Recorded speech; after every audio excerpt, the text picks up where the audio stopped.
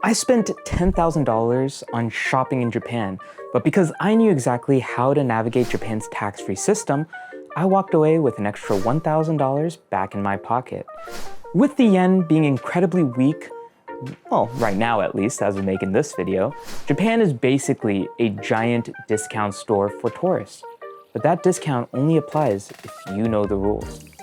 If you pack the wrong item in your checked luggage, if you open a sealed bag before you get to the airport, or if you mess up the checkout process, customs can and will force you to pay back that 10% tax out of pocket right before your flight.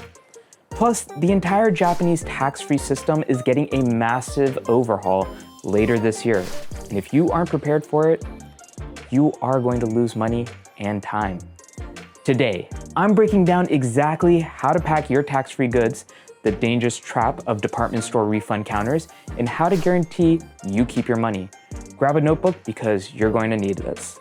So let's start with the absolute basics. To get 10% tax exemption as a tourist, you need to spend 5,000 yen at the same store on the same day. Sounds easy enough, right?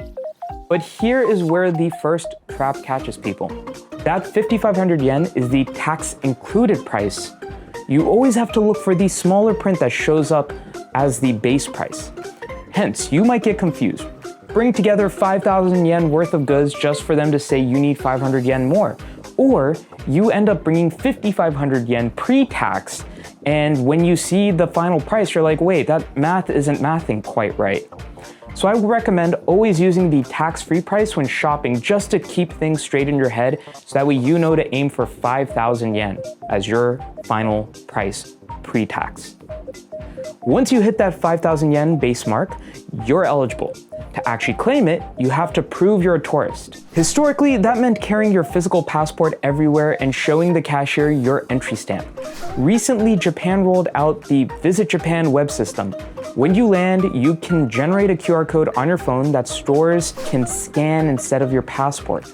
Personally, I prefer to just use my passport since I carry it around anyways, but to each their own. But here is my biggest pro tip for this.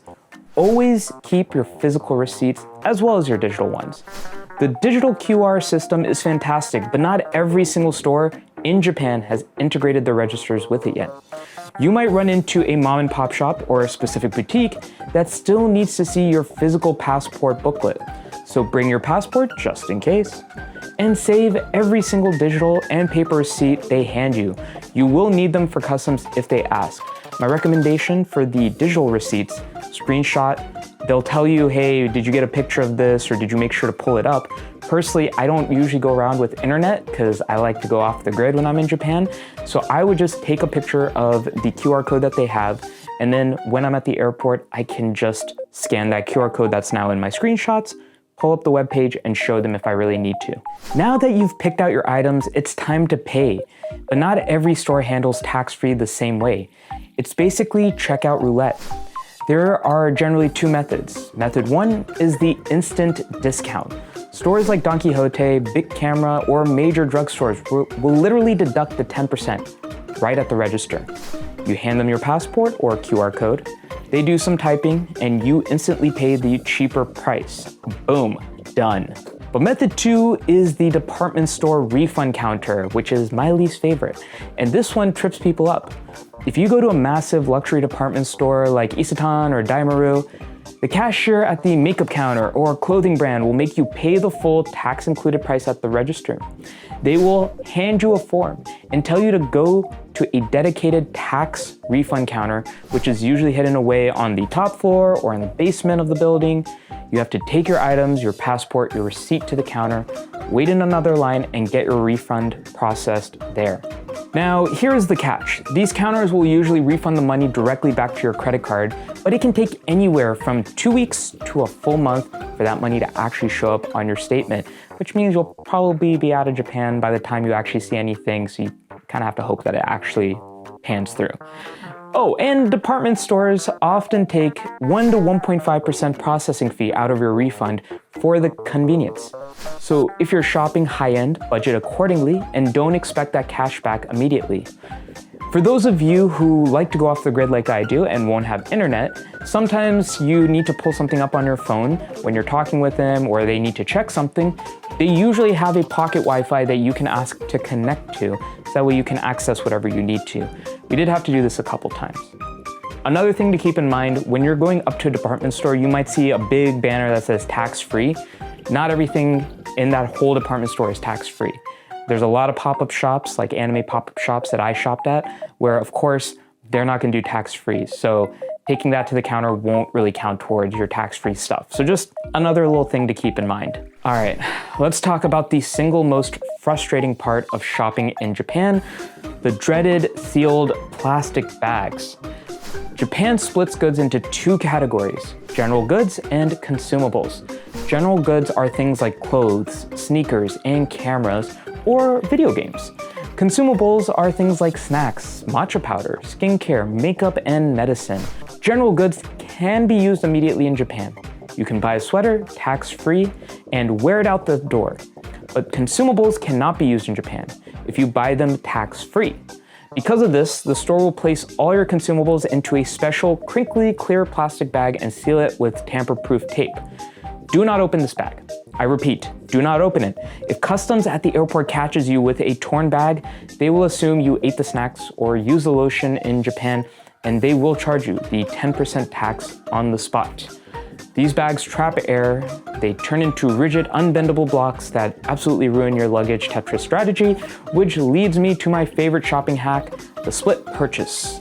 What if you want to eat a Japanese Kit Kat tonight, or use that viral face mask in your hotel room? If you buy them with your tax-free goods, they get sealed away as well. So instead, pay separately.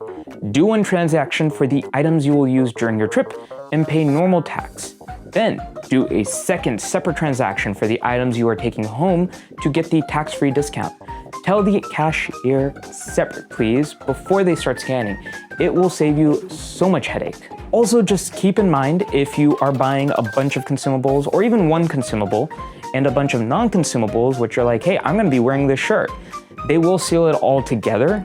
So sometimes it's just not worth the headache of having all that sealed together when it's just that one consumable that's really eating it up. Really big issue that comes up when you're at Don Quixote, because I know a lot of people end up shopping there for their consumables, and so I highly recommend you do that near the end of your trip. But Don Quixote is its own video. If you want to hear about that, just let me know in the comments below. So now this brings us to the actual packing. What goes where? The official rule is that customs wants to see your tax-free goods at the airport to prove you are actually taking them out of the country. And because customs is located past security and check-in counters, you technically need to have the items with you. Honestly, the reality is that the chances of customs physically inspecting your bags are very low. Most of the time, you just scan your passport at a self-service custom kiosk. The screen flashes green and you walk right through your gate. But low chance does not mean zero chance. You do not want to be that one person that one day that gets spot checked and risk a massive penalty. So the safe play is to try and fit the majority of your tax-free goods in your carry-on bag if possible. However, there is one massive exception: liquids. If you bought tax-free sake, giant bottles of toner, or shampoos that are over 100 milliliters, you legally cannot bring them through aviation security. You have to put them in your checked luggage. Don't panic. Japanese customs knows about aviation laws, so pack your liquids in your check bag, pack your dry goods and expensive electronics in your carry-on. At the airport, if the customs agent actually asks to see your items, you simply show them the carry-on items and say, "The liquids are in my check bag." Have your receipts ready to show them exactly what was checked. They will understand and you will be fine. Now, everything I just told you is the current law, but take a deep breath because everything is about to change. Starting November 1st, 2026, Japan is completely overhauling the tax-free system. They are killing the instant in-store discount, no more getting 10% off at the Don Quixote register. Under the new rules, every single tourist will pay the full 10% tax up front at the store. You will only get your 10% refund to your credit card at the airport, and only after an airport customs kiosk verifies you actually have the goods and that you are leaving the country with it.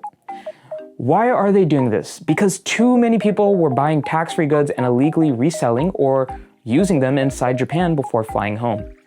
This change is a double-edged sword. The bad news, you have to budget for the full price while shopping, and the airport refund lines are probably going to be chaotic. You will definitely need to arrive at the airport a lot earlier. But there is some good news, because you have to prove you have the item to get your money back at the airport. Japan is officially abolishing those terrible sealed plastic bags. Once the new system kicks in, you can pack your suitcase normally without dealing with the crinkly plastic blocks of air. So what's the game plan? If you're traveling before November 2026, hit that 5,000 yen minimum, keep your consumables sealed, separate your purchases, and put your liquids in your check bag.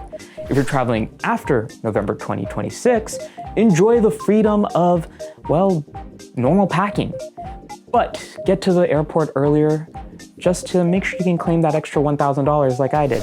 One other caveat that is a bit important to know, because you will see a ton of influencers saying, hey, ship your items back to the States. That way you don't have to worry about the luggage space. Keep in mind, if you just shipped some tax-free items, you will have to pay that tax at the airport. So yeah, careful doing that.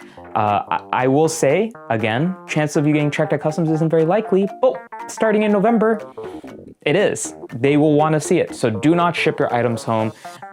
It also, cost-wise, wasn't really worth it. I've done it before with stuff I bought that was taxed.